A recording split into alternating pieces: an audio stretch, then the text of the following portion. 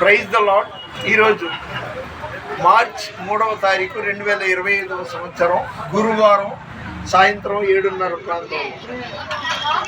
జీవితమంతా సర్వము నీదేవో నా యేసయ్యా, నా గానము ప్రాణము సర్వము నీవే ఓ నా యేసయ్యా.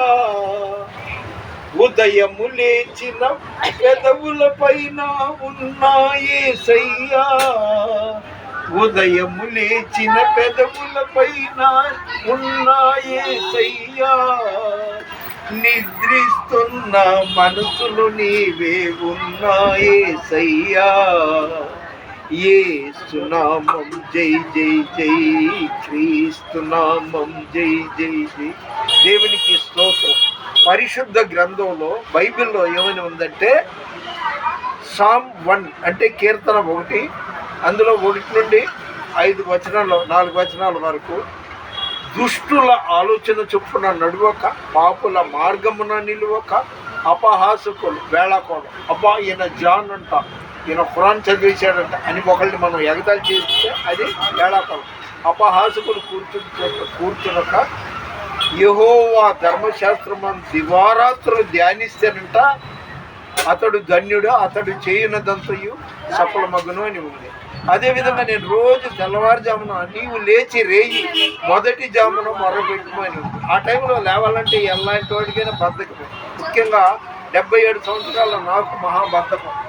అలా అయినా సరే బలవంతంగా లేస్తాను, లేచి ప్రార్థన చేస్తాను. ఒకటి గుర్తుపెట్టుకోండి, ఇందులో ఒక యువకుడు, అతని పేరు జాన్. ఆ యువకుడు సరే ఆయనకు దేవుడిచ్చిన నాలెడ్జ్ని బట్టి అన్నాడు, తప్పుడే మాటలు ఏమీ అనలేదు, ఆయనకి ఇది ఇలాగా ఏదో అన్నాడు. నేనంటాను యేసు అంటే రక్షకుడు, అలాగే ఇమ్మానుయేల్ అంటే దేవుడు మనకు తోడై ఉన్నాడు. ఆ దేవుడికి ఈవెన్ సింగిల్ ఎన్పి మనం ఖర్చు పెట్టక్కర్లేదు. ఏంటది? అగరబత్తులు, క్యాండిల్స్, పూలు. నేను చిన్నప్పుడు మా ఇంట్లో ఎక్కువ దేవుడి ఫోటోలకి దండలు వేసేవాడు, కానీ ఇప్పుడు దండలు కూడా అక్కర్లా. ఎందుకంటే యోహాను సువార్త 4వ అధ్యాయంలో ఉంది, దేవుడు ఆత్మ కనుక ఆత్మతో సత్యంతో ఆరాధించాలని. మనం ఎక్కడ ఉన్నా సరే ద్వితీయోపదేశకాండంలో ఒక మాట ఉంది, పడుకున్నప్పుడు ప్రార్థన చేయాలంట, నిలబడ్డప్పుడు ప్రార్థన చేయాలంట, నడుస్తున్నప్పుడు ప్రార్థన చేయాలంట, కూర్చున్నప్పుడు ప్రార్థన చేయాలంట.